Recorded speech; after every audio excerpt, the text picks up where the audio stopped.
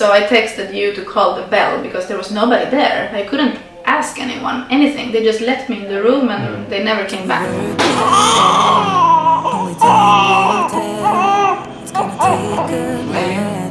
Cause we've been through hell. Can't be without you. I've tried it. Hi guys, welcome back to our channel, or my channel. If it's the first time you're here, my name is Borossy. This is my fiance Caesar, and this is our baby boy. Stay tuned, we will be sharing his name in the end of the video. I think. First of all, let me show you. Oh, he was just farting now. Saying hello. This is our little baby boy, recently born. He is now officially 2 days and a few hours old, and he's doing just fine. He has passed all his tests, and we're gonna share what we can remember of the birth story. Seguro. And we have to be fast because we're supposed to be leaving the hospital now. But everything started on the night between the 10th and the 11th of January 2021. You were off work, we were both home, and my contractions had been started or had been going on for a few days, but they were not so intense, so I thought they were just Braxton Hicks.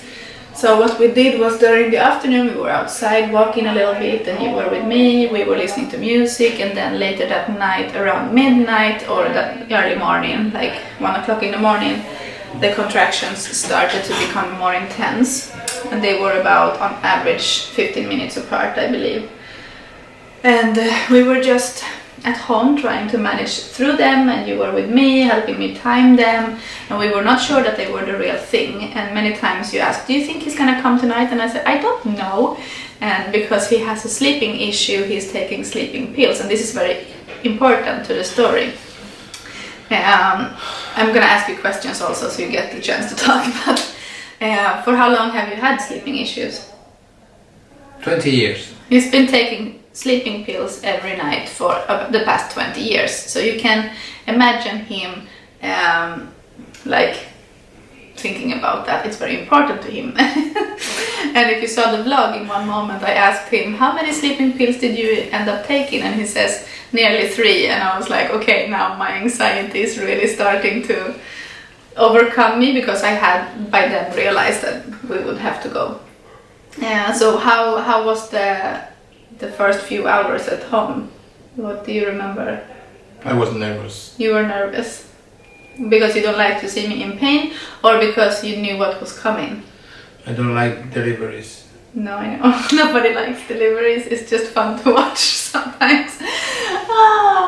Anyway, but you were helping me. You were timing the contractions, and in one moment I wanted to take a shower, and you were like giving me the things I needed. And when I wanted water, you gave me water, and when I was having contractions, you were there too. So I felt like I was supported. And my water didn't break this time like it did the first, so I had breaks in between contractions, which was new for me, and that was very, very nice. But when they did come, it was very intense. And I think, what time did we call my mother? 3 something. I think it was nearly 4. So we ended up calling my mother as late as possible, and she arrived just after 4 or 4:30 or something in the morning, or nearly 5. Nearly 5. She said that she would be fast, but in the end it took a little bit longer than we expected. And because of the COVID restrictions, she was not allowed to travel to us, but of course they make exceptions when it's for this kind of emergency.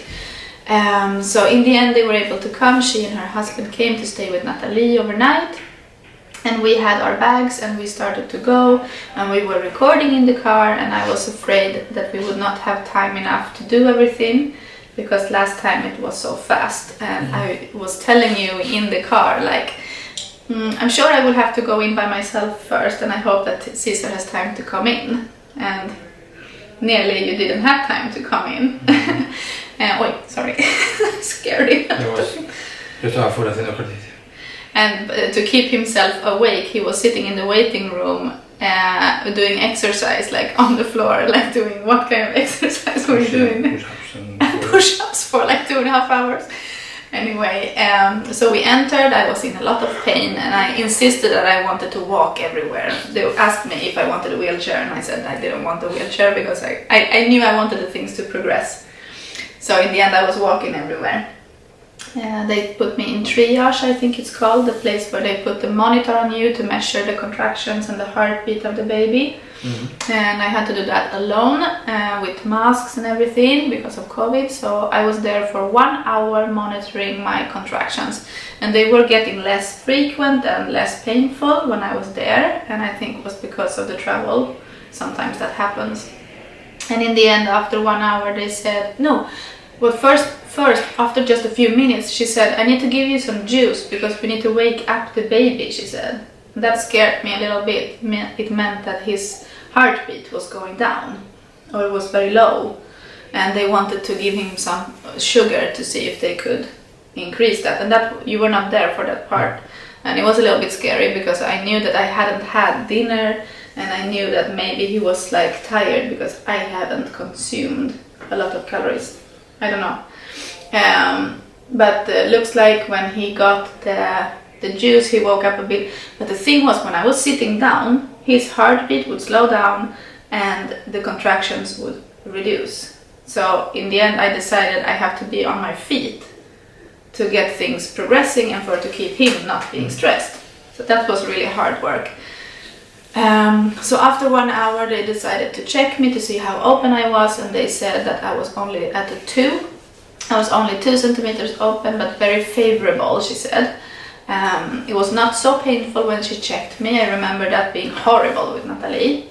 And you were not there this time, so you don't know. But and she said, you're not in active labor yet. You have 2 options. You can either go home, continue the work at home and come back, or you can stay in triage and see if things progress or not. Because I wanted to go home to sleep. And you wanted to go home, and I was like sure that we were gonna go home because I felt like these contractions are not picking up, they are not so strong as before, and I didn't want to waste all my energy there because I knew that I needed to save some for the actual delivery. By that point, they decided to do the COVID test on me, and they said at least we will have that out of the way, they said. So they did the COVID test, and then I had to wait 1 more hour on the monitor and still waiting for the results to come back because I wanted you to come in. And then yeah, and then but they refused to let you in before the test results, and they didn't want to admit me. So when I had been in triage for nearly 3 hours, I think, I said to you, I think I want to go home because I was so tired by that point. I had been standing up for 3 hours, like swaying back and forth and like dancing him out. And I was like, I need to sleep. So I texted you to call the bell because there was nobody there. I couldn't ask anyone anything. They just let me in the room and they never came back. And so you called for them and said that I wanted to go home, and they said, okay, we will take you off the monitor, you can go home, but we need to check you before. They checked me, and the doctor said, even if your contractions are not very strong, you are now open at 4 centimeters, so you are progressing. So that meant that I could stay. The limit is 4 centimeters.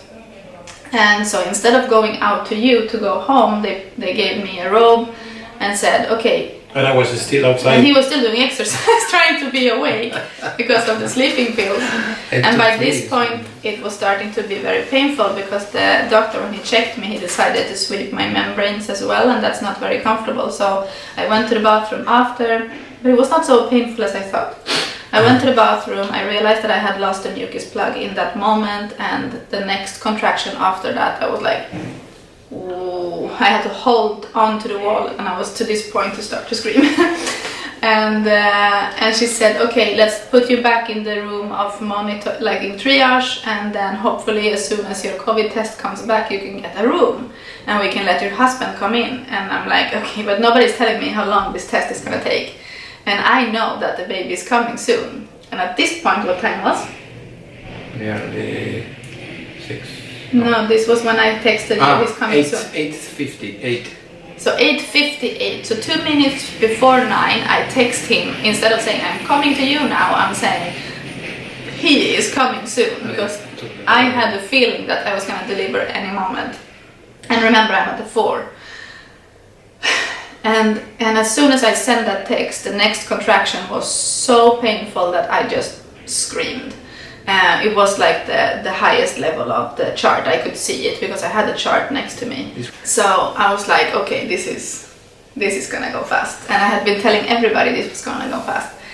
And of course I started to scream. I couldn't keep it in, and then the contraction finished, and I think 30 seconds later next contraction started, and it was like the same intense. And I was panicking at this point, screaming for you. I was like, because I knew he was just outside the door, and I was like, Shuri! Yo discutí con la enfermera para dejar entrar. And he opened, or he tried to come in, and he was like screaming at the nurses, please let me in, I don't want her to be alone. And they refused to let him in because of the test. And one of them, after a while, she came and she said, okay, we're gonna try and move you somewhere, like to the most far back room possible. And she said, stand up and come. And I couldn't walk. It was like he was coming out. And she said, you need to put your shoes on, or no, you need to put the protector things on your shoes. And she was on her hands and knees trying to put that on my feet. And I couldn't lift my feet. I found a chair and I leaned on the chair and I just screamed. I felt like he was coming out. And in the end, I was managing to walk to the delivery area where they have a lot of beds. And she wanted me to put myself on the bed. And I said, I need to pee. And she said, do you have the feeling that you want to poop and pee or something like that? And I said, I'm not sure. I said, I need to pee. Anyway, she said, put here on the bed. And I couldn't. And she said, and I started to scream because the contractions come. And she said, if you scream, it's going to be more painful. You need to relax. And I know that I need to relax and breathe. But when you have the feeling that you want to push and you're standing on your feet and nobody's listening to you, it's a little bit dangerous or difficult to be quiet. And I said, I need my husband, I need him to be here, I don't want to be alone, I don't want to be alone. And because my tests were not back, they were just putting more masks on me. I had 2 masks, I think, on top of each other, and they were with like all covered in plastic. And nobody wanted to help me on the bed, nobody wanted to touch me. They were like treating me like I had AIDS or something. They were like far away.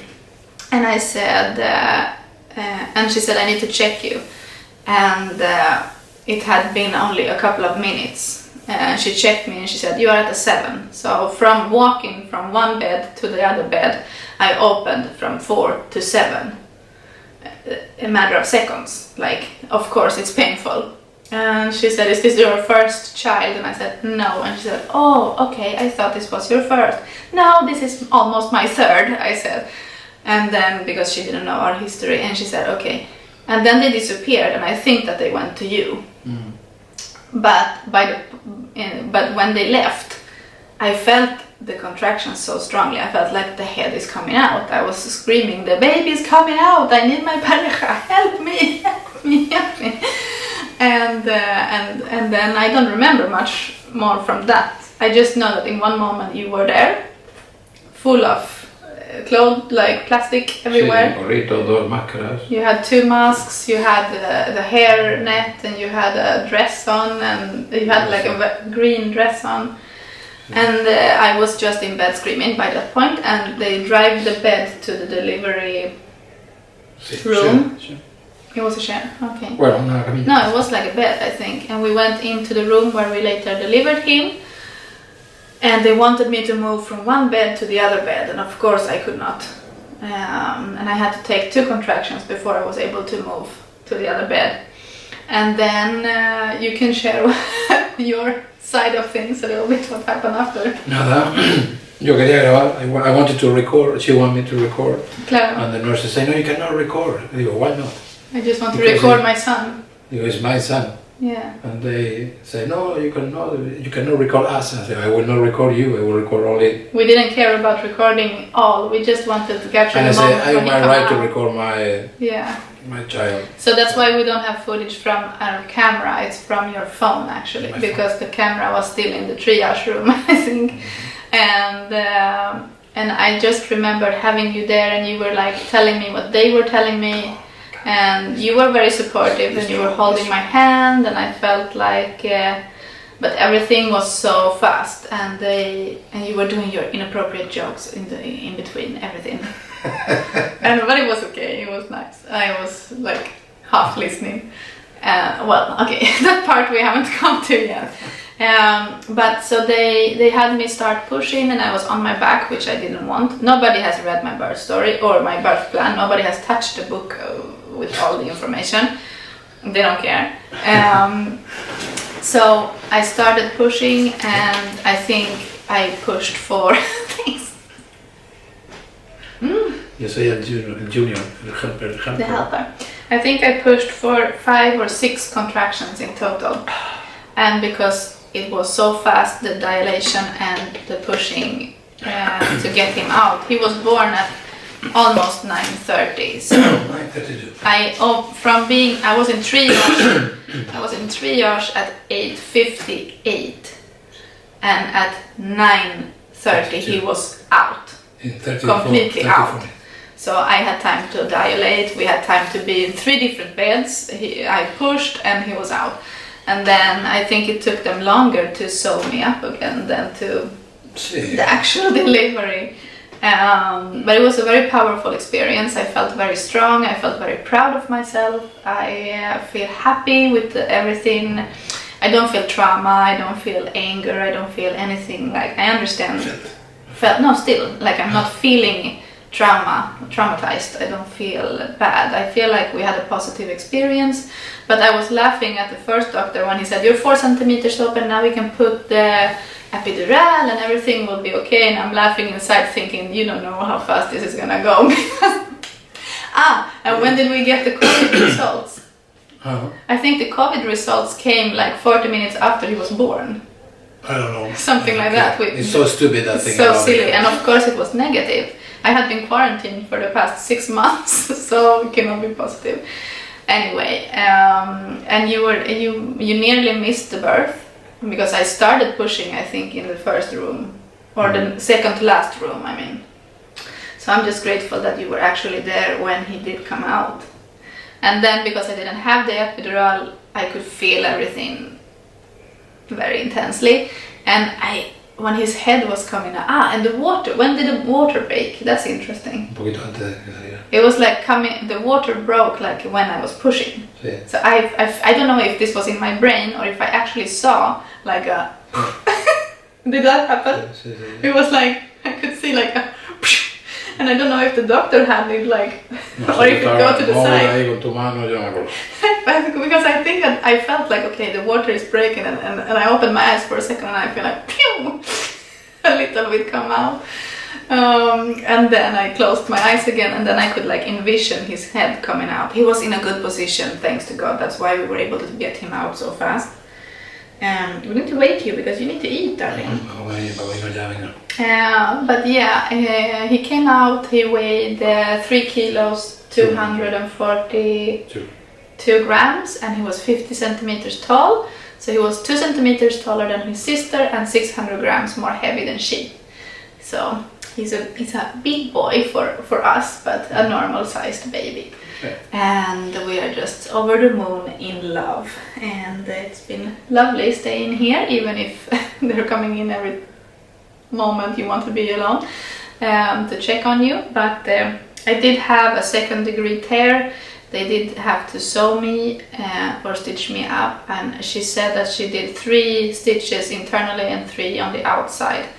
And it's quite painful now after, but I'm taking painkillers and we're managing. Mm-hmm. And all in all, I feel very, very good. My milk is starting to come in. I feel like the recovery process is quite easy. It's just the womb that's giving me any kind of issues. So thank you for your collaboration. Good job. Good job. I'm so proud of us. Claro. So should we reveal his name now? Claro, yeah. No vaya a la cámara y dile no. This is... Yo hablamos, digo, hello. Say hello to... Hi guys, my name is Hector Darius. That's not his name. He's not Darius. Ha perdido ese nombre. En español es Héctor Darío Espinoza Borossy. Yeah. Uy! He dropped his little mitten. So this is little Hector Darío. Born on the... Yeah. Born at 9:30, 11th of January 2008. and 21. Welcome to the world. We love you so much. Es mi hijo. Macho machote. So thank you for watching, friends. Subscribe if you are new, and we will see you in the next vlog. The next vlog will be him meeting Natalie. His big sister coming home from the hospital. Venga, vamos.